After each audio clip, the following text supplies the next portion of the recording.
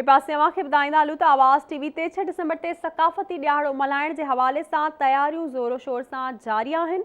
हिंगोरजा जे हिकु स्कूल में शानदार सकाफ़ती तक़रीब कोठाई वई। इन हवाले सां रिपोर्ट करे रहियो आहे हादी बख़्श ख़ासकेली। सिंध के ॿियनि शहरनि जीअं हिंगोरजा में भी सकाफ़ती सरगर्मी शुरू थी वयूं आहिनि। आवाज़ टीवी न्यूज़ जे सर ते प्राइमरी स्कूल बंगोल खान चांग में सकाफ़ती प्रोग्राम कयो वियो, जंहिंमें स्कूल के शागिर्दनि तोड़े शागिर्दनि सिंधी अजरक टोपी तोड़े सकाफ़ती वेस वॻा पाए शिरकत कई। स्कूल के ॿारनि मुख़्तलिफ़ टेबलोज़ पेश कया, सिंधी गीतनि ते झिमिरूं पाए ख़ुशी जो इज़हार पिणु कयो।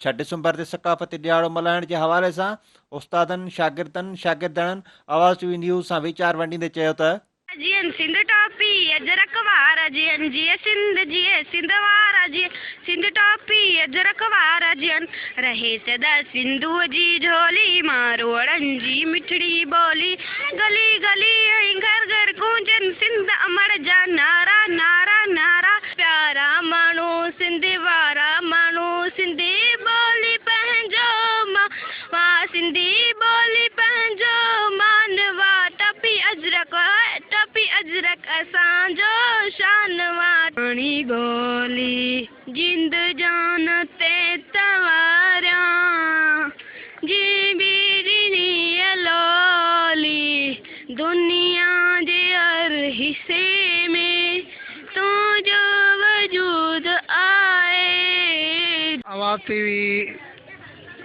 के जस हुजे जैन 6 सितंबर सकाफ़ती ॾींहुं मल्हाइण जो ऐलान कयो आहे। असां उन ऐलान जी भरपूर आजा कयूं था ऐं उन जी जागरता हलाइण लाइ अॼु असां पंहिंजे स्कूल में प्रोग्राम सजायो आहे। आवाज़ टीवी जेको अॼु असांजे government primary school Pangong Khan चांग में असां लाइ तावन कयो अथई। ॿारनि सां ॿारनि जा स्टॉल जोश खरोश ॾिसी असां लाइ सुठो भरपूर तावन कयो अथई।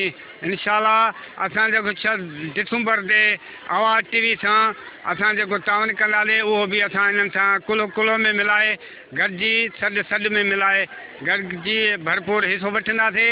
टीवी नेटवर्क तरफ़ां जेको 6 डिसंबर ते सकाफ़ती ॾियारो मल्हाए पियो वञे उनखे असां भरपूर नमूने सां मल्हाईंदा पिया अचूं।